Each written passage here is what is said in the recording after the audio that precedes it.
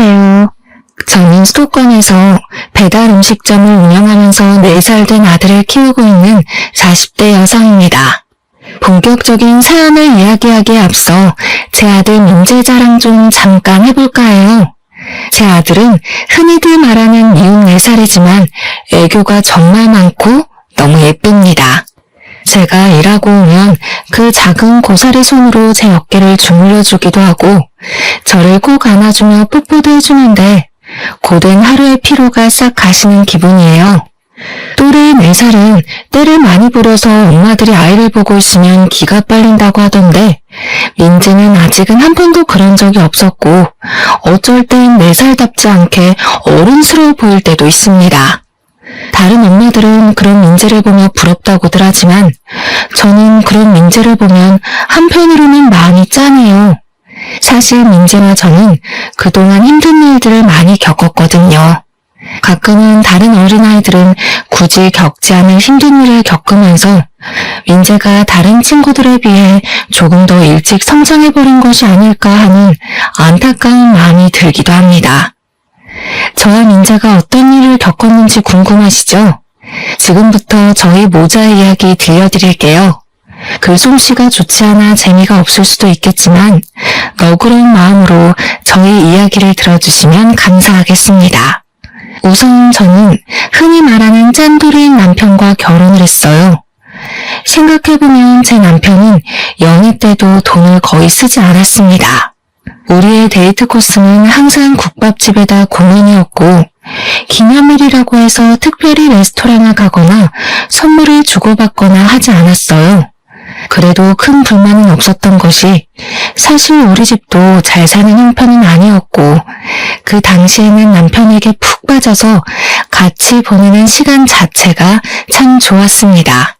그러다가 우리는 결혼을 생각하게 되었고 신혼집은 제가 살던 집으로 정했는데 그 집은 저 혼자 20살 때부터 자취하며 돈을 모아 마련한 제 명의의 집이었어요.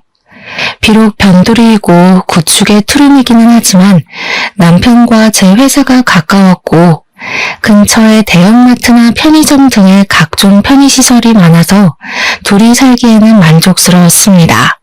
또한 집을 구한다고 대출을 추가로 받지 않아도 되니 살림에도 큰 보탬이 되었죠. 그렇게 결혼을 한 후 남편은 공과금만 반절 내고 생활비는 한 푼도 주지 않았습니다.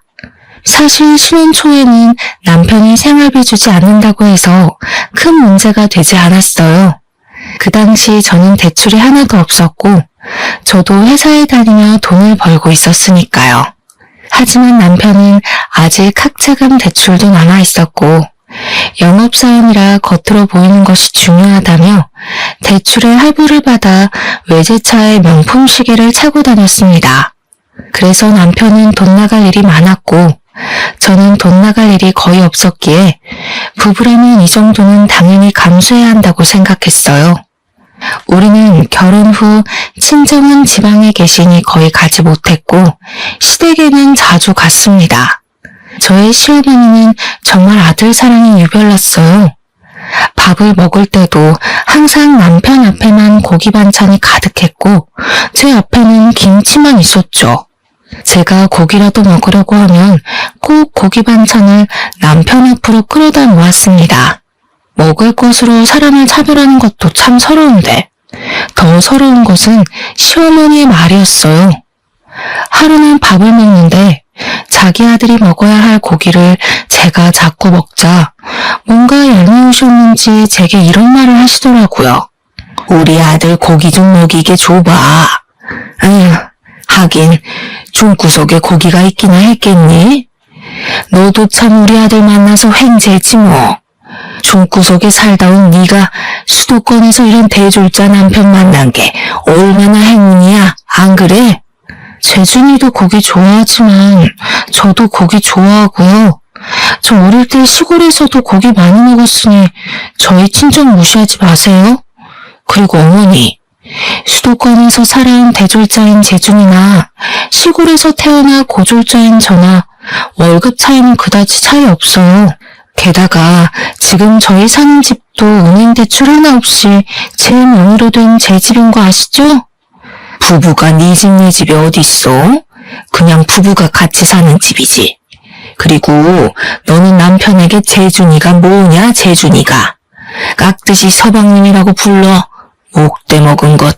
시어머니 말에 한마디도 지지를 않아, 지지를.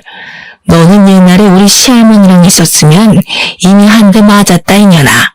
시어머니는 동갑인 남편에게 꼭 서방님이라고 부르라고 하질 않나. 말끝마다 수도권 출신에 대학교도 졸업한 남편을 얻은 것을 감사히 생각하라는 식의 말씀을 하셨어요.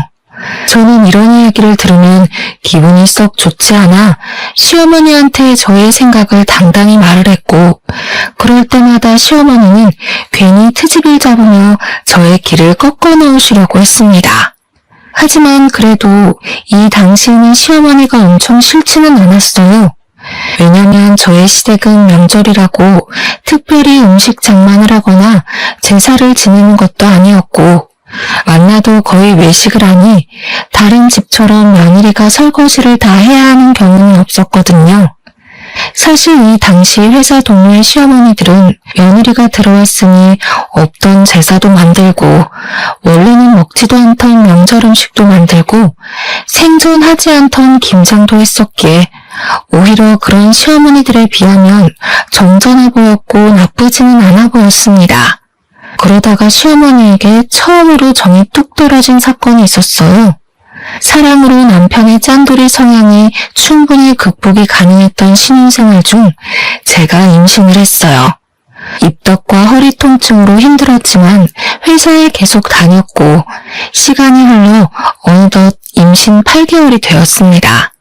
슬슬 출산 준비를 해야 하는데 의사 선생님은 아기를 보시더니 뱃속의 아기가 이미 너무 크다며 유도분만을 권하셨어요.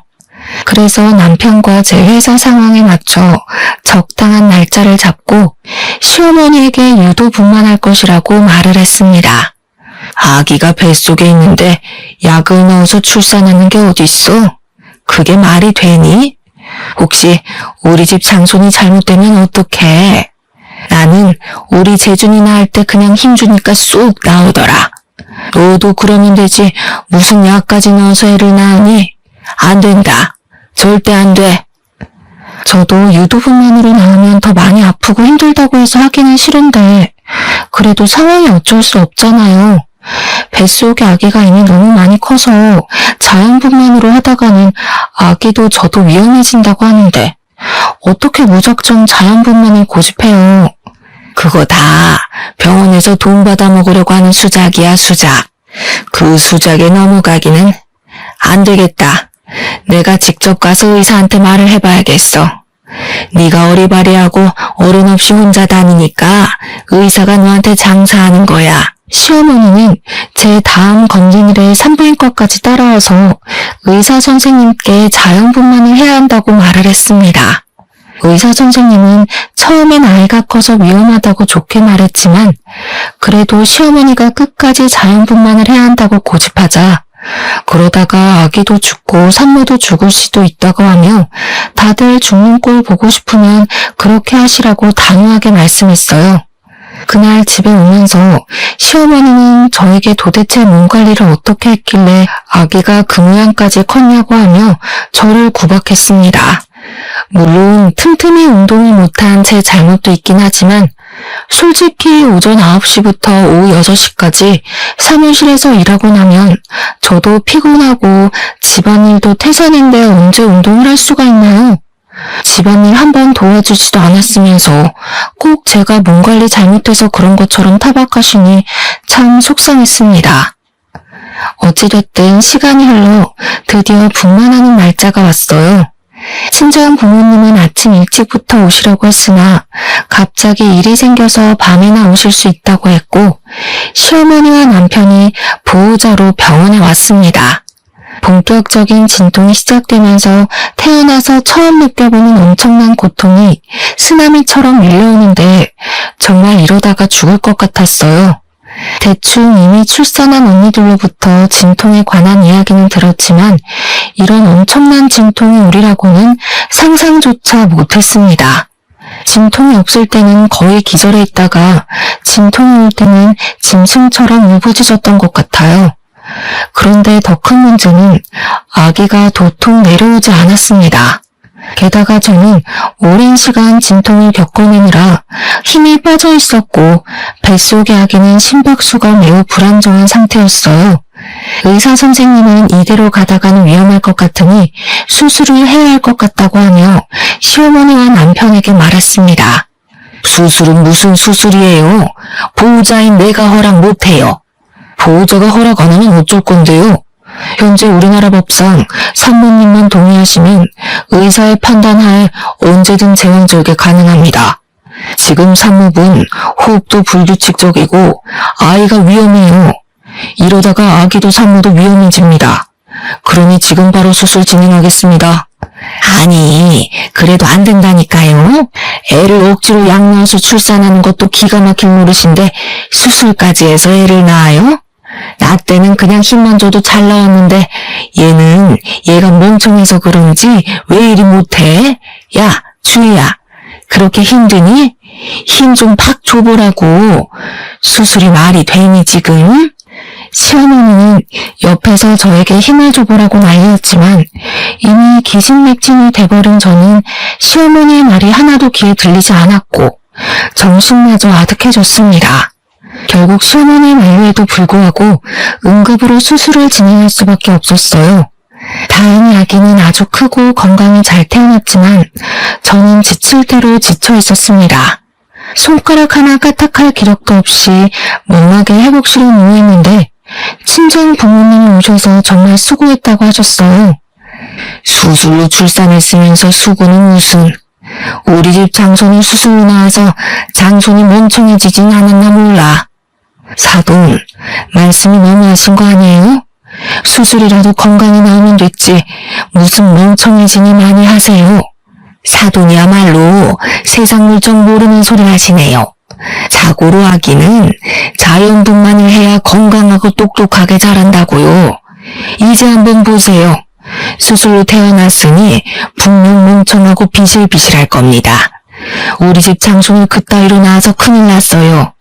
시어머니의 황당한 발언에 어이가 없었지만 병원이기도 하고 옆에 다른 산모들도 있어서 그냥 말을 말았습니다. 그날 밤 남편은 병원에 저와 같이 있으려고 했으나 시어머니가 우리 아들 힘들어서 안 된다고 하며 남편을 시댁으로 데리고 갔어요. 아빠는 우리 집으로 가시고 병실에는 엄마와 저 둘이서만 있었는데 엄마가 제 산후조리를 해주고 싶다고 하셨습니다.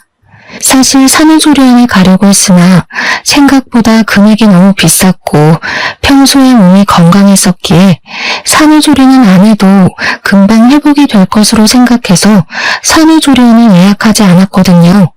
엄마는 산후조리를 제대로 하지 않으면 평생 후회할 것이라고 하며 직접 해주시겠다고 했어요. 저는 굳이 힘들게 그러실 필요 없다고 했지만 2주일 정도는 시간적 여유가 있다며 걱정하지 말라고 하셨습니다.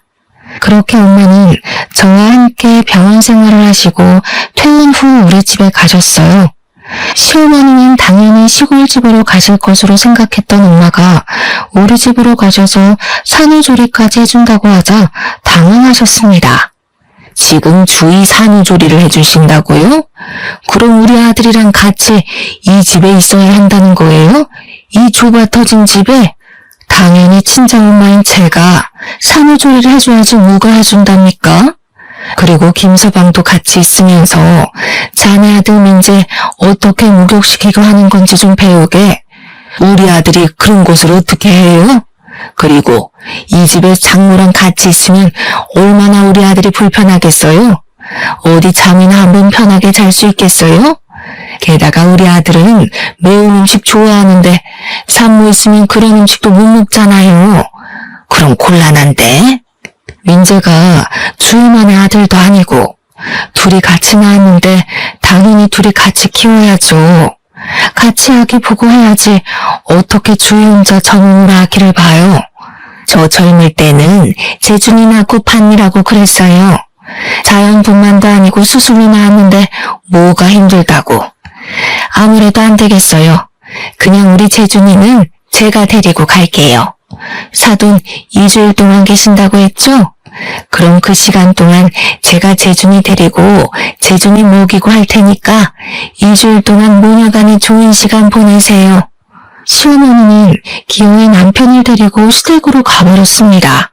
엄마는 한숨을 쉬며 저를 안쓰러운 눈빛으로 바라보셨고 저는 괜찮다고 억지로 웃음을 보였지만 엄마는 그래도 걱정이 한가득하였어요. 그렇게 2주일 후 엄마는 집으로 가시고 남편과 시어머니가 왔습니다. 저는 아직 모유수유 중이라 매운 음식을 못 먹는데 시어머니는 매운 갈비찜에 닭발을 잔뜩 만들어서 가지고 왔더라고요. 산모에 대한 배려는 하나도 없이 자기들 입맛에만 맞춰서 생활하는데 정말 얄미웠어요. 그 뒤로도 남편은 회사 다녀와서 단 한 번도 민재의 목욕은 물론 집안일조차 하지 않았습니다. 오히려 집에 오면 회사 일 때문에 스트레스 받는다고 바로 컴퓨터 앞에 앉아 게임만 했어요. 저는 그런 남편에게 정확히 일을 지시하며 시키려고 했지만 남편은 항상 피곤하다며 짜증을 냈습니다. 그렇게 2달이 지났고 어느덧 저의 출산휴가도 끝나갔어요. 저는 시어머니에게 민재를 부탁해볼까 했으나 시어머니는 제가 말을 꺼내기도 전에 허리 아프니 절대 아기를 맡길 생각은 하지도 말라고 했습니다.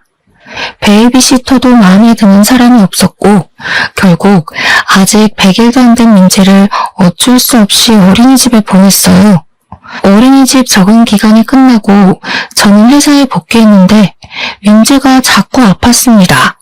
한 번은 폐렴까지 와서 입원해야 했고 결국 저는 이러한 상황들 때문에 어쩔 수 없이 회사를 관두게 되었어요. 회사를 관두고 집에 있는데 시어머니한테 전화가 왔습니다. 너는 집에 있으니 참 편하겠다.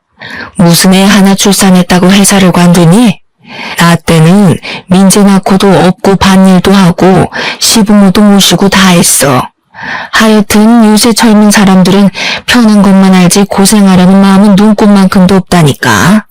제가 회사를 관두고 싶어서 관둔 것도 아니고 민재를 봐준 적도 없는 시어머니가 이런 식으로 말하자 너무 화가 났어요.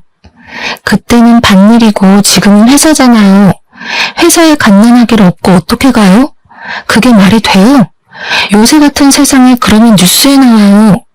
그리고 이런 말씀하시기 전에 어머니가 직접 민재 좀 봐주시던가요. 그것도 아니면 다시는 전화해서 그딴 이야기 하지 마세요. 아시겠어요? 이게 말하는 꼬락서니 좀 보소. 아무튼 그건 그렇고 너 이번에 퇴직금 받지? 지금 회사 20살 때부터 다녔으니까 퇴직금 꽤 나올 것 아니냐. 그 퇴직금 나 좀 이번에 주면 안 되겠니? 나도 염치가 있으니 다는 말고 절반만이라도. 내가 우리 남편 죽고 나서 사망보험금을 연금으로 어찌어찌 살긴 사는데 나도 요새 경제적으로 아주 힘들구나. 제 퇴직금을 달라고요? 제가 왜요? 어머니께서 저를 키우신 것도 아니고 제가 일해서 제가 번 돈인데 우리 엄마도 탐내지 않는 제 퇴직금을 왜 제가 어머니께 드려야 하죠? 그래도 내가 민재 할머니고 네 남편의 엄마잖니. 그니까 뭐 네 엄마도 되는 거지 뭐. 안 그래? 네? 그게 무슨 소리예요. 그리고 솔직히 남편이 학자금 대출에 할부금 갚느라 생활비도 안 주는데 이 돈이라도 있어야 민재도 키우고 하죠. 시어머니는 저에게 아주 당당하게 내 퇴직금을 요구했습니다. 저는 그런 시어머니의 요구가 전혀 이해가 되지 않았고 시어머니 역시 퇴직금을 주지 못하겠다는 저를 이해하지 못했어요. 그날 저녁 퇴근하고 온 남편은 저에게 부부는 같이 생활하는 사람인데 어떻게 퇴직금을 혼자 쓸 생각을 하냐며 뭐라고 했고 저는 그동안 생활비 한 번 주지 않은 남편이 이런 말을 할 자격이 있나 싶어 우리는 크게 싸웠습니다. 그 뒤로도 가면 갈수록 남편과 함께 사는 것이 힘들었어요. 게다가 시어머니는 제가 회사를 관둔 뒤로 거의 매일 우리 집에 와서는 살림에 대해 잔소리를 해댔고 우리 집에서 좋아 보이는 것이나 이쁜 것이 있으면 말도 하지 않고 가져갔습니다. 생활비도 안 주고 육아 참여도도 없고 집에 오면 게임만 하는 남편, 그리고 집에 와서 잔소리만 하고 물건을 가져가기까지 하는 시어머니 때문에 정말 너무 힘들었어요. 그나마 옆집 언니가 가끔 답답한 마음이 하소연하면 항상 저를 진심으로 걱정하며 위로해 주었습니다. 이 언니는 남편이 이혼 전문 변호사였고 둘의 사이는 정말 좋았으나 아기가 생기지 않았고 그래서인지 민지를 친조카처럼 예뻐해 주었어요. 그렇게 2년이라는 시간이 지났습니다. 2년 동안 저는 집에서 아이를 보면 이것저것 집에서 할 수 있는 온갖 부업들을 하며 생활비를 벌었어요. 남편은 여전히 육아 집안일에는 뒷전이었고 생활비도 주지 않았습니다. 진작부터 이런 남편과 이혼하고 싶었지만 그냥 이혼하자니 이혼을 안 해주더라고요. 옆집 언니 말로는 합의 이혼으로 안 되면 이혼 소송을 해야 하는데 확실히 하려면 여러 가지 증거가 있어야 한다고 해서 이혼 소송을 위한 적당한 기회만 노리고 있었습니다. 저는 이혼할 준비를 하면서 앞으로 무엇으로 민재와 먹고 살아나갈지 고민을 했어요. 이혼하면 제가 로또가 되지 않는 이상 정기적으로 돈을 벌어야 하는데 민재가 어린이집을 다니기는 하지만 당장 열이 나거나 아프면 봐줄 사람이 없어서 일반 회사에 다니기는 힘들었습니다. 그래서 무엇을 해볼까 고민을 하다가 일단 내가 가장 잘하는 일이 무엇인지 생각했어요. 사실 저는 요리에 관심이 많았고 결혼 전 취미로 요리를 배워서 한식, 양식 조리사 자격증도 땄습니다. 이러한 특기를 바탕으로 주식 투자했던 돈과 퇴직금을 긁어모아 배달만 하는 음식점을 차렸어요. 민재가 어린이집에 가 있는 동안 근처 아파트를 직접 뛰어다니며 사람들에게 홍보했더니 생각보다 주문이 많이 들어왔습니다. 게다가 음식을 먹어본 사람들이 맛있다고 하여 재주문하는 경우도 꽤 많았어요. 중간중간에 민재가 열이 나거나 아플 때는 가게에 민재와 함께 있어야 해서 힘들기는 했지만 그래도 집에서 부업만 할 때보다 많은 돈을 벌 수 있어서 좋았습니다.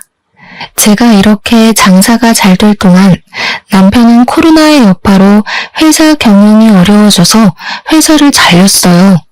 회사 잘리고 남편은 집에서 민재보다 컴퓨터를 더 아끼며 본격적으로 게임만 했습니다. 정말 꼴보기 싫어서 밥도 차려주지 않았지만 참 얄밉게도 엄마가 시골에서 쌀과 각종 밑반찬을 보내주셔서 남편이 밥 하나는 기가 막히게 챙겨 먹었어요. 하루는 가게를 마치고 아이를 하원시켜 집에 왔는데 집 화장실에 못 보던 반지가 하나 있었습니다. 저는 음식을 하다 보니 반지를 아예 끼고 다니지 않았어요. 남편에게 이게 뭐냐고 물으니 당연한 표정을 지으며 엄마가 아까 왔다 가서 놓고 간 반지라고 했습니다. 그런데 어르신들이 하기에는 조금 어울리지 않는 모양의 반지였어요. 극도로 당황하는 남편의 표정과 화장실에 있던 반지가 뭔가 수상쩍었습니다. 그리고 곰곰이 생각해보니 저는 머리가 단발인데 자꾸 집에서 긴 머리카락이 나왔어요. 이상함을 느낀 저는 남편 몰래 초수형 카메라를 구매해서 새벽에 남편 몰래 설치했습니다. 다음날 오전에 마트에서 장보고 가게에 가는데 시어머니가 자주 다니던 화장품 가게에서 나와 내 쪽으로 걸어오고 있었어요. 그런데 시어머니 옷차림새가 조금 이상했습니다. 날씨가 엄청 더운 날이었는데 시어머니는 가디건을 입고 있더라고요. 저는 시어머니에게 다가가 이 날씨에 긴팔 가디건을 입고 안 더우시냐고 했더니 자기는 나이 먹어서 춥다고 했습니다.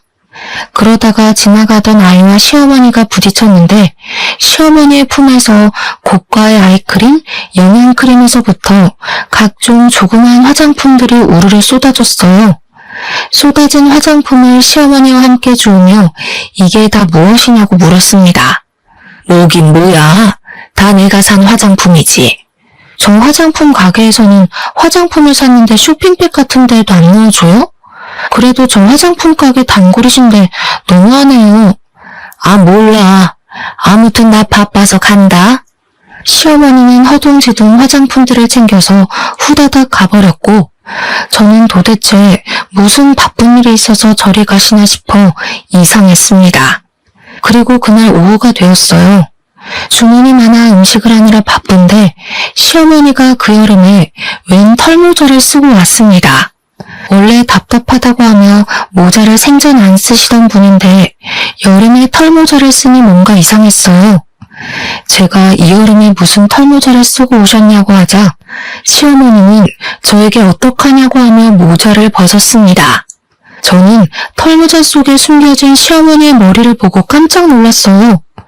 머리카락이 무슨 불에 그을린 것처럼 힘없이 축 늘어졌고 군데군데 구멍난 것처럼 머리카락이 없었습니다. 시어머니는 당황한 제게 웬 튜브형 화장품을 내밀더니 이거 린스 아니냐고 물었어요. 그 화장품 용기에는 영어로 제모크림이라고 적혀 있었는데 중간에 헤어라는 단어도 적혀 있었습니다.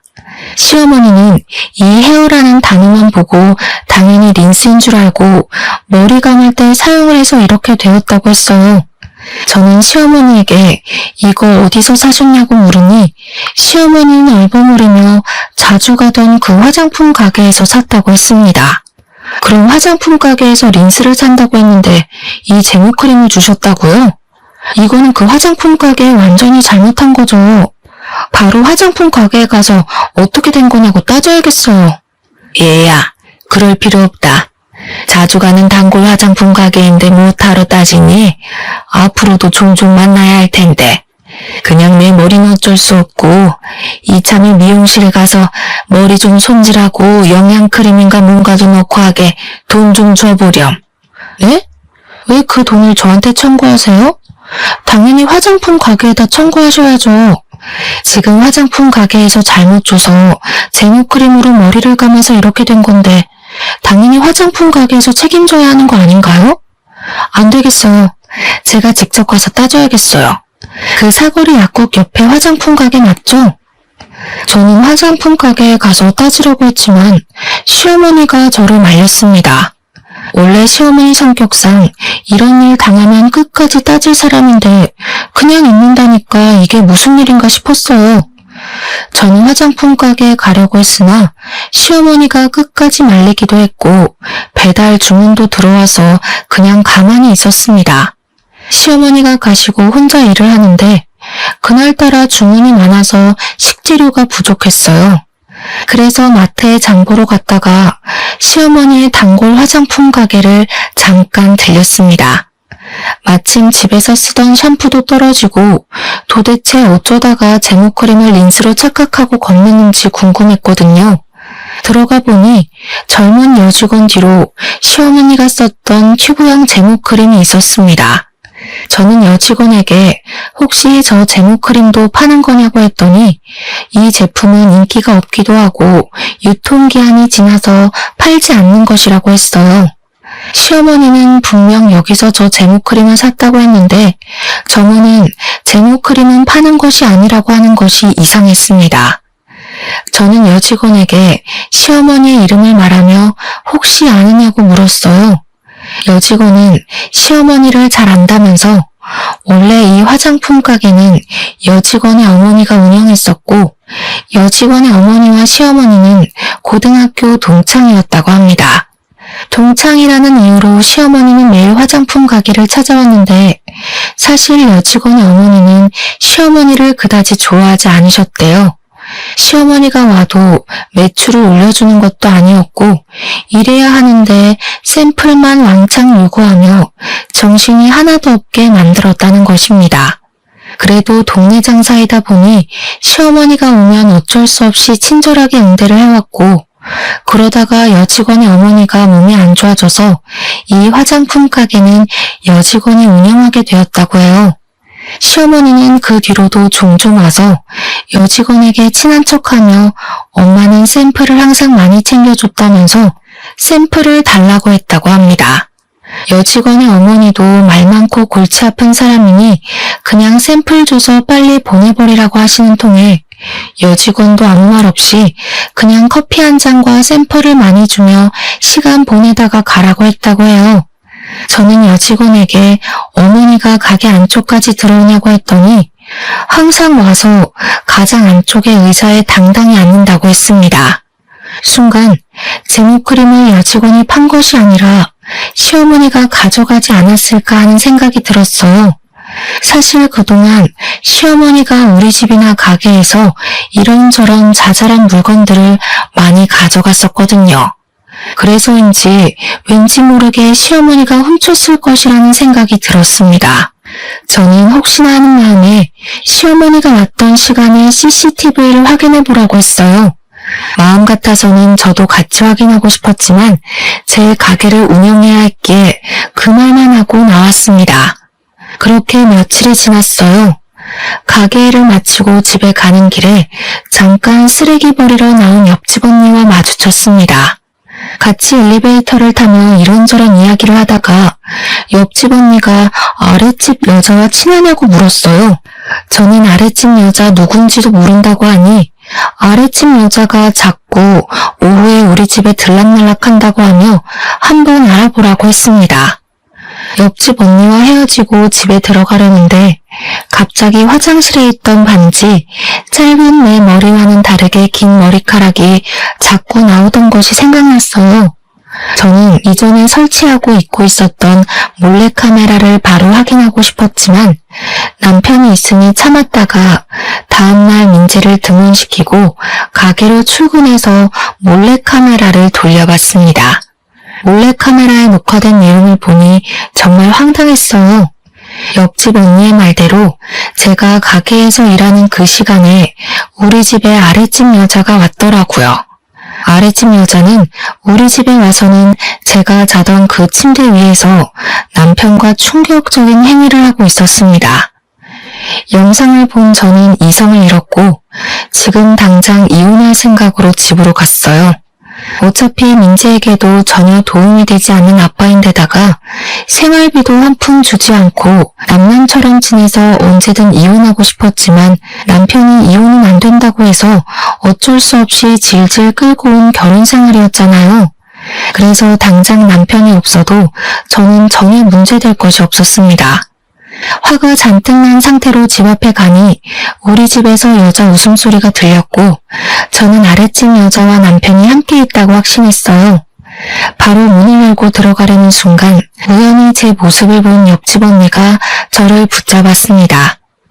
이혼 전문 변호사인 언니의 남편 말로는 불륜으로 이혼 소송하려면 확실한 증거가 있어야 한다고 하며 핸드폰으로 동영상 촬영하라고 했어요. 저는 언니의 조언에 핸드폰을 켜고 현관문을 열었습니다. 제 생각과는 달리 거실에는 남편도 아랫집 여자도 없었고 대신 큰 방에서 간드러진 여자 목소리가 들렸어요. 이들은 안방에서 열심히 움직이느라 현관문이 열렸는지도 모르더라고요. 저는 바로 안방문을 활짝 열고 핸드폰으로 둘의 실체를 낱낱이 촬영했습니다. 생각지도 못하게 나타난 저를 보며 둘 다 깜짝 놀라 어쩔 줄 몰라 했고 그 모습을 고스란히 찍어버렸습니다. 아랫집 여자는 저를 보더니 얼굴을 가리고 후다닥 자기 집으로 도망갔어요. 그동안 내가 일할 동안 너는 정인이랑 이렇게 뜨거운 시간을 보내고 있었어? 잘 됐네. 안 그래도 너한테 5만 가지 정 다 떨어졌는데 확실한 이혼소송거리 제공해줘서 고마워. 우리 이제 진짜 제대로 끝내자. 아주 피 터지는 싸움을 하더라도 너랑 끝내고 위자료에 양육비까지 제대로 받을 테니까 각오하고 있어. 알겠어?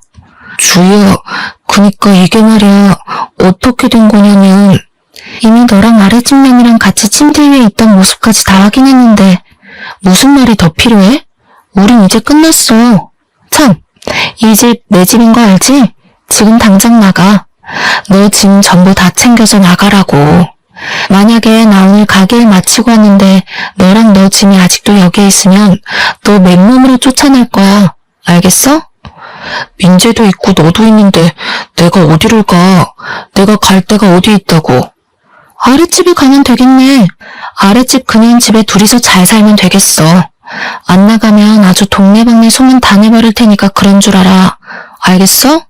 저는 남편에게 있는 힘껏 소리를 고래고래 지르고 바로 옆집 언니한테 가서 언니 남편의 변호사 사무실 주소를 알려달라고 했습니다.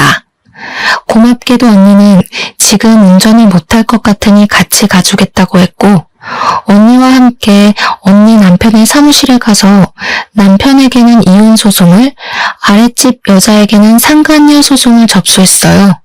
옆집 언니는 앞으로 싸우려면 밥을 잘 먹어야 한다면서 저에게 굳이 점심을 사주겠다고 했습니다.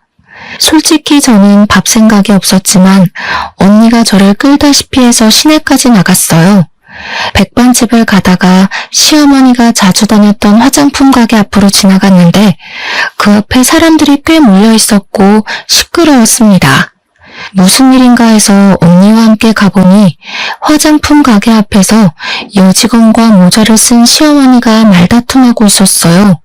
상황을 들어보니 여직원이 제가 간 뒤로 CCTV를 돌려보았고 예상대로 시어머니가 화장품을 이것저것 많이 훔쳐갔었더라고요. 그런데 그 금액이 꽤 커서 가게 여직원이 시모를 절도죄로 고소했다는 것입니다. 하지만 시어머니는 자신의 잘못은 인정하지 않고 그동안 알아온 정이 있는데 어떻게 절도죄로 고소하느냐고 하며 적반하장으로 큰 소리를 치는 상황이었어요. 시어머니는 한창 여직원에게 인정물이 없다고 행패를 부리다가 사람들 사이에 있는 저를 발견했습니다. 우리 며느리야. 내가 여기 화장품 가게 단골인 거 알지? 세상에 내가 이번에 저 여우 같은 년한테 절도죄로 고소를 당했단다. 이게 말이 되니? 아니, 어차피 공짜로 들어오는 샘플인데 그거 좀 가져갔다고 내가 고소를 당했어, 고소를. 세상에 어쩜 이리 각박하니? 이게 말이 되니 며느리야? 네가 저 년한테 말 좀 해줘봐라. 말이요? 무슨 말이요? 저는 할 말 없는데요. 그리고 어머니, 안 더우세요? 이렇게 더운 날 무슨 모자예요? 저는 세상 억울한 표정을 짓는 시어머니의 모자를 벗겼습니다. 시어머니의 모자를 벗기니 개털 같은 머리카락과 군데군데 구멍난 자국이 보였어요. 아 맞다. 어머니 제모크림으로 머리 감는 바람에 머리카락이 이상해져서 모자 쓰고 다니셨죠? 그런데 그 제모크림 말이에요. 제가 여기 여직원한테 물어보니까 그거 유통기한이 지나서 파는 것도 아니라던데요. 매대에 있던 것도 아니고 직원 자리 뒤에 있던데 어머니는 그것을 어떻게 보고 가져오셔서 그걸로 머리를 감으셨어요? 지금 너 무슨 소리를 하는 거니? 내가 설마 여기 있는 화장품을 진짜 훔쳤다는 거야? 그러지 않고서야 팔지도 않는 그 제모크림을 어떻게 어머니가 가져오셨겠어요? 안 그래요? 게다가 아까 하는 이야기 들어보니까 CCTV에도 확실히 찍힌 것 같던데 그냥 더는 행패 부리지 말고 인정하세요. 얘가 지금 뭐라는 거야? 얘, 너 똑바로 말 안 할래? 젊은 년이 더위를 먹었나? 제정신이야? 저 어느 때보다 제정신이에요, 어머니. 옛말에 공짜 너무 좋아하면 대물이 된다는 말 있죠? 지금 이 상황과 어머니 머리 상태 보니까 그 말이 딱 떠오르네요. 평소에도 맨날 우리 집과 가게에 있는 것들 하나하나 훔쳐가시더니 이제는 남의 가게 제품까지 훔쳐가시면 어쩌자는 거예요. 그리고 할 말이 하나 더 있는데요. 저 이제 이혼해요. 저 이제 아줌마의 며느리 아니라고요. 이혼? 무슨 이혼? 우리 재준이가 너랑 이혼해 준대? 네, 이젠 무조건 해야 하거든요. 세상에 되게 잘나신 그 아드님이 아랫집 여자랑 아주 뜨거운 사이더라고요. 하마터면 제 집이 그 둘의 뜨거운 사랑에 불타 없어질 뻔했잖아요. 그래서 착한 제가 그 둘이 알아서 잘 먹고 잘 살라고 저는 빠지려고요. 아줌마. 뭐? 아줌마? 우리 아들이 그렇게 불륜을 저질렀다는 증거라도 있어? 있냐고. 당연히 있죠. 제가 설마 증거도 없이 이러고 있을까봐요. 엄마는 절도죄, 아들은 이혼 소송, 아들 불륜녀는 상간녀 소송. 참 볼만하겠네요. 아무튼 아줌마의 머리가 빨리 원상복귀 되기를 바라며 그럼 법원에서 봬요. 저의 폭탄 발언에 주변에 있던 사람들은 다들 시어머니에게 손가락질했고 잠시 후 화장품 가게 여직원의 신고로 경찰들이 와서 업무 방해죄로 시어머니를 데리고 갔습니다. 그날 저녁 어린이집에서 하원한 민재는 옆집 언니에게 부탁하고 저만 집으로 들어갔어요. 제가 그렇게 엄포를 놓았지만 집에는 남편이 아직도 있었습니다. 너 어떻게 우리 엄마가 경찰서에 끌려갔는데 그렇게 모른 척할 수가 있어?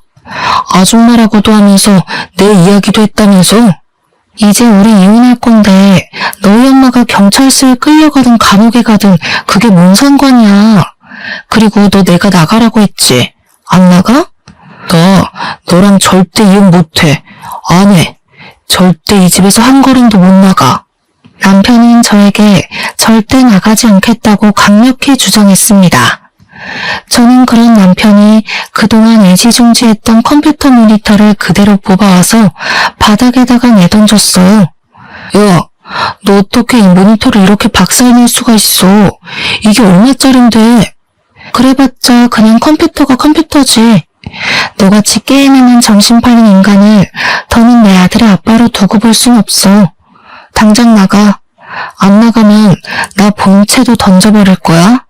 본체는 그냥 아파트 베란다에서 던져버려야겠다.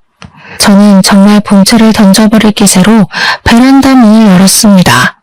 남편은 저의 모습에 벌벌 떨며 컴퓨터가 있는 방문을 닫고 잽싸게 저를 막아서더라고요. 그러면서 지금 당장 나가겠다고 하며 본체를 챙겼습니다. 남편의 그런 모습을 보니 어이가 없기도 하고 기가 막히더라고요. 게임에 정신 팔린 놈. 너는 사람보다 본체가 더 소중하냐? 너 같은 놈이 어떻게 우리 민재 아빠가 되었는지. 그거 들고 당장 꺼져. 너 짐들이랑 이혼 서류는 너네 엄마 집에 다 보내줄 테니까 이혼 서류 작성해서 법원 앞에서 보자. 다시는 내 앞에 나타나지 마. 한 번만 더 나타나면 나 너 머리털 한 올 한 올 다 뽑아버릴 거야. 알겠어? 그리고 우리 민재 앞에도 얼쩡대지 마. 민재 앞에 나타나는 순간 나 너 얼굴 프린트해서 이 아파트 단지니에 다 붙여놓을 거야. 남편은 나의 엄포에 기다시피 해서 나갔고 저는 바로 남편의 모든 짐을 박스에 대충 구겨 넣어 시댁으로 보내버렸습니다. 그리고 저는 밤새 남편의 모든 흔적을 다 치워버렸어요. 그 뒤로 저는 옆집 언니 부부의 도움을 받아 무사히 이혼소송, 상간녀 소송을 진행할 수 있었습니다. 시간이 흐른 지금 시어머니는 기나긴 재판 끝에 징역 6개월형이 선고되었어요. 남편은 이혼소송 끝에 위자료와 양육비를 지급하라는 판결을 받았고 당연히 제 집에서 쫓겨났습니다. 시댁에 들어가서 살려고 했으나 시어머니도 재판을 받으면서 경제적으로 많이 어려워져 집을 팔아버렸더라고요. 그래서 남편은 자신이 끌고 다니던 자동차와 시계, 컴퓨터까지 다 팔고 고시원에 들어가서 어찌어찌 살고 있습니다. 그리고 남편과 불륜을 저질렀던 아랫집 여자는 당연히 자신의 남편에게 이혼당하고 이 동네 얼굴뿐 아니라 살던 호수의 직장까지 소문이 쫙 퍼져서 밤에 도망치듯 어디론가 떠나버렸다고 해요. 그리고 저는 여전히 장사가 잘 되고 시에서 식품위생업소로 선정되어 아주 바쁘게 생활하고 있습니다. 가끔 정말 바쁜 날에는 옆집 언니네 부부가 우리 민재를 돌봐주기도 하고 있어요. 민재 역시 어린이집에서 친구들과 아주 원만하게 지내며 아빠 없는 생활에 적응하고 있습니다. 가끔 아빠와 함께 다니는 친구들을 보며 부러운 듯한 표정으로 빤히 쳐다봐서 안쓰럽기도 하고 또래 아이들은 겪지 않을 일들을 겪으면서 너무 빨리 성숙해져 버린 것 같아 안타깝기도 해요. 지금까지는 민재가 힘들게 살았을지 몰라도 앞으로는 민재가 활짝 웃으며 여느 아이들처럼 해맑게 자랐으면 좋겠습니다. 햇살 좋고 날도 좋은 가정의 달 5월이 되었어요. 남들은 어린이날이다, 어버이날이다 해서 다들 연휴에 놀러가고 가족끼리 추억을 쌓을 계획에 들떠있지만 저는 오늘도 민재와 저의 행복한 미래를 위해 열심히 일하고 있습니다. 남들처럼 재밌는 추억을 쌓지 못하고 저녁만 되면 너무 피곤하고 지치기는 하지만 저의 삶에 후회는 없어요. 앞으로도 저는 지금처럼 민재의 엄마로서 있는 힘껏 최선을 다해 살아나가겠습니다. 바쁜 시간을 내어 저의 이야기를 들어주신 청취자 여러분은 그 어느 해보다 행복한 5월이 되시기를 바라며 오늘 저의 사연은 이만 끝내려 합니다. 들어주셔서 감사합니다.